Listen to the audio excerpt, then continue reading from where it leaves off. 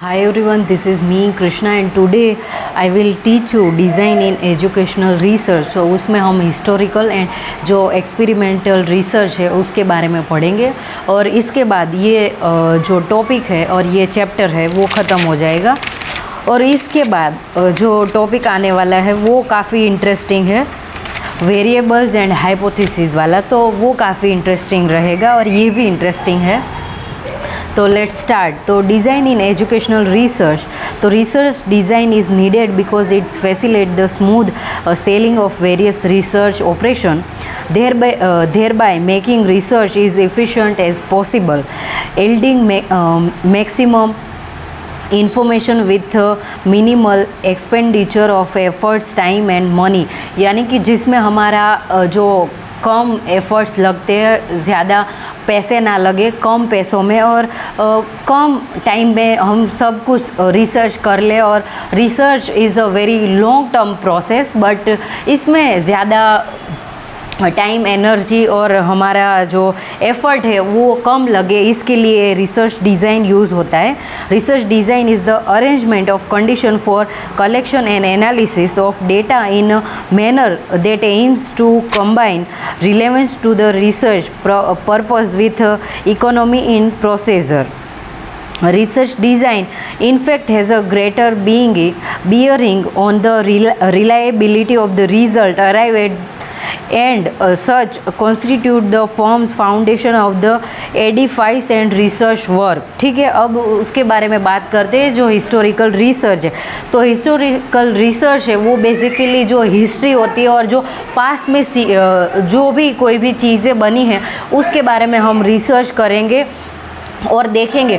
जैसे कि हमारे गुजरात में जो कच्छ में 2001 में जो अर्थक्वेक आया था उसके बारे में रिसर्च हो सकता है कि उस टाइम पे कितनी नुकसानी हुई थी और हमारे गुजरात का जो कच्छ है उसमें क्या हुआ था और उसकी वजह से कितने स्कूल से कितने लोगों की मौत हो गई और क्या हुआ और इसकी ये जो होनारत हुई थी इसकी वजह से लोगों पे क्या असर पड़ा, तो इसके बारे में हम बात कर सकते हैं। फिर हम ये भी रिसर्च कर सकते हैं कि जो हिस्ट्री में हुआ, कि जैसे जो हिस्ट्री होती है उसमें कोई भी चीज़ उठा के ले लो, जैसे अंग्रेज़ों ने हमारे देश पे बहुत टाइम तक शासन किया और हमारे साथ ऐसे गुलाम बना के रखा, तो उस टाइम पे कैसा माहौल था और उस टाइम पे एजुकेशन क्या था। जैसे पर्टिकुलर एक चीज़ ही हम लेते कि उस टाइम पे एजुकेशन क्या था, तो पूरा हम वो उसके topic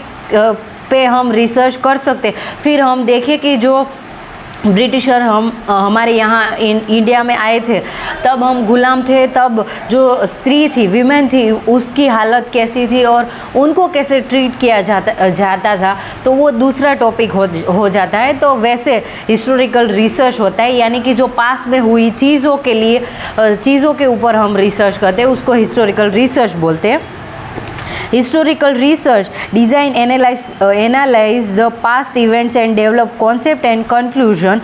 It analyze the previous information or events minutely and testing their validity. The purpose of the historical research design is to collect, verify and synthesize evidence from the past to establish fact that depends on repute of hypothesis, and it describe what occurs in the past. Historical research design depends upon data observed by the rather than investigation, यानी कि जो ये research है historical वो past की जो events है उसके ऊपर होगा और पास्ट में जो चीज़ें बनी हैं उसके ऊपर ही हम रिसर्च करेंगे, फिर कंक्लूजन लाएंगे और हम जो वो कॉन्सेप्ट है उसको हम एनहांस करेंगे और लोगों तक लाएंगे। ठीक है, तो ये पर्पस हो गया और ये हिस्टोरिकल जो रिसर्च है वो हो गया। Historical research includes the delimitation of the problem, formulating research question और tentative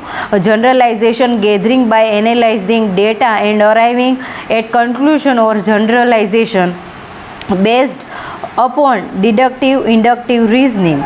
तो ये जो रिसर्च है उसमें ये आएगा कि ये क्वेश्चन करेगा, फिर जो टेंटेटिव जनरलाइजेशन है उसको भी हम लेंगे कि कुछ भी जो जनरलाइज किया जा सकता है उसके हिसाब से हम बातें रखेंगे और जो डेटा है और जो उसको हम गैदर यानी कि मिलाते हैं तो क्या हमें मिलता है, और कंक्लूजन है वो हम देखेंगे डिडक्टिव इंडक्टिव जो रीजनिंग है उसके हिसाब से। अब हम देखते हैं कि टाइप्स ऑफ हिस्टोरिकल रिसर्च, तो इसके टाइप्स क्या है। उसमें बिब्लियोग्राफिक रिसर्च, फिर legal research, studying the history of ideas, studying history of institution. तो इसमें ये 4 टाइप्स है, उसको हमें याद रखना है। First is bibliographic research it is aim at determining and presenting truthfully the important fact about the life, character and achievement of important educators. यानी कि इसमें किसी भी लोग है उसकी बिब्लियोग्राफी यानी कि उसकी लाइफ के ऊपर सारी बातें होंगी और उसके लाइफ में जो फैक्ट्स है उसके ऊपर हम रिसर्च करेंगे। फिर दूसरा है legal research, it is the immense value of interest of educational administration, it is aim to study the legal basis of educational institution run by different religious and caste and religion between central and state government with regard of education, legal status of teacher। फिर studying of history of idea, तो उसमें जो major ideas है history के उसको हम trace करेंगे और उसके ऊपर हम देखेंगे कि जो पॉपुलर ओपिनियंस है, थॉट्स है, वो क्या है उस टाइम के, उसके बारे में हम सोचेंगे और देखेंगे, उसको स्टडी करेंगे। फिर आगे है studying of the history of institution, यानी कि जो पहले के टाइम पे जैसे तक्षशिला थी उसको हम पढ़ेंगे, नालंदा, और वो जो यूनिवर्सिटीज़ थी और उस टाइम पे कैसे एजुकेशन दिया जाता था उसके बारे में हम पढ़ेंगे। तो जो हिस्ट्री के साथ जुड़ी हो और काफ़ी पुरानी हो उसके बारे में हम बात करेंगे, जैसे schools, university and other educational institution also provides the numerous opportunity for significant historical research। When studying such history, the same general and method applies as for the study of an educator's life। तो ये सारे types से अब हम steps देखते हैं कि जो स्टेप्स है वो हिस्टोरिकल रिसर्च में क्या रहेंगे। तो पहले हमें सिलेक्शन ऑफ द प्रॉब्लम, यानी कि हमें जो प्रॉब्लम है उसको सिलेक्ट करना है। फिर फॉर्मुलेशन ऑफ हाइपोथेसिस, यानी जो परिकल्पना है उसको हमें फॉर्मुलेट करना है और उसको अच्छे से रखना है कि परिकल्पना कैसे बनती है उसको हमें रखना है। फिर कलेक्शन ऑफ डेटा यानी डेटा है उसको हमें कलेक्ट करना है, प्राइमरी डेटा और सेकेंडरी डेटा भी रहेगा। प्राइमरी यानी कि जो हम लोगों से और जो डायरेक्ट होता है, और कोई भी बुक है और जिन्होंने ये बात बोली हो, यानी कि कुछ भी हम हिस्ट्री के बारे में, अभी के लिए हम हिस्ट्री का रिसर्च कर रहे हैं तो हिस्ट्री के बारे में हमें जानना है, तो उसके जो आई विटनेस हुए हो वैसे लोग, तो उसको हम प्राइमरी डेटा बोलते हैं। और जिसकी बात कर रहे हैं और जिस पे हम रिसर्च कर रहे हैं तो उन्होंने जो आई विटनेस किया हो, उन्होंने खुद लिखा हो, उसको हम प्राइमरी डेटा बोलेंगे। और सेकेंडरी डेटा यानी कि किसी के पास जाके हम उसको पूछते हैं और उनको ऐसे पता हो कि ये जो रिसर्च की बुक है इसमें ये बताया गया है, तो उसको हम सेकेंडरी डेटा बोलेंगे। और जो प्राइमरी डेटा है वो किसी ने हमें बताया, जो आई विटनेस है वो खुद बताते हैं, उसको हम प्राइमरी डेटा बोलते हैं। और उसमें हम बुक्स, टेक्स्ट बुक, ये सारी चीज़ें हैं उसको लेंगे, ठीक है। फिर कलेक्शन ऑफ डेटा हो गया।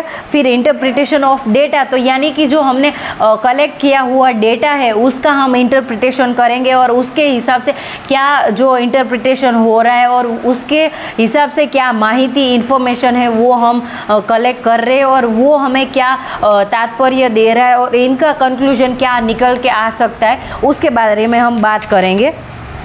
तो ये सारे स्टेप्स थे। अब हम देखते हैं कि जो वैल्यू ऑफ हिस्टोरिकल रिसर्च है वो क्या थी। तो नाइट और स्केट्स एंड गुड ने ये जो हिस्टोरिकल रिसर्च है उसकी वैल्यू दी है। उन्होंने बोला कि a knowledge of history of schools and other educational agency is a important part of the professional training of the teachers or the school administration. Much of the work of the school is traditional. The nature of the work of the teacher and the school administrator is too restrictive and tends to foster prejudice in favor of familiar methods. The history of education enables the educational workers of detect fades and frills in whenever whatever forms they may appear, and it serves as a necessary primarily to educational form. The history of education shows how the functions of social institutions shift and support the control of education have changed from very simple and local arrangement to those that are now somewhat centralized and complex. It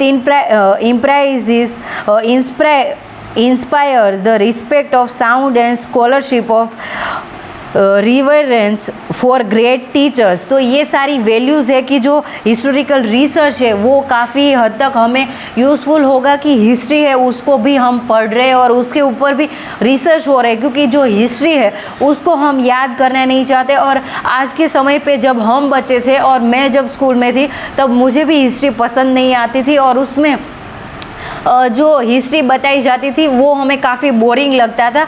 तो उसके ऊपर research करना is a big deal and वो बड़ी बात हो जाती है. तो इसलिए उन्होंने ये बोला कि जो रिसर्च है हिस्टोरिकल रिसर्च उसको करना वो एक बात बड़ी हो जाती है और उसको ही करना इट्स अ बिग डील और इसको हमें याद रखना है हिस्ट्री को.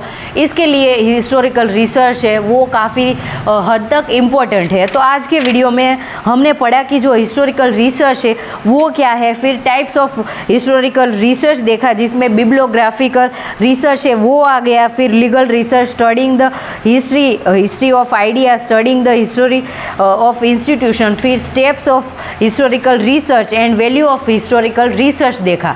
तो I will end this video here and अगले वीडियो में हम एक्सपेरिमेंटल रिसर्च के बारे में पढ़ेंगे.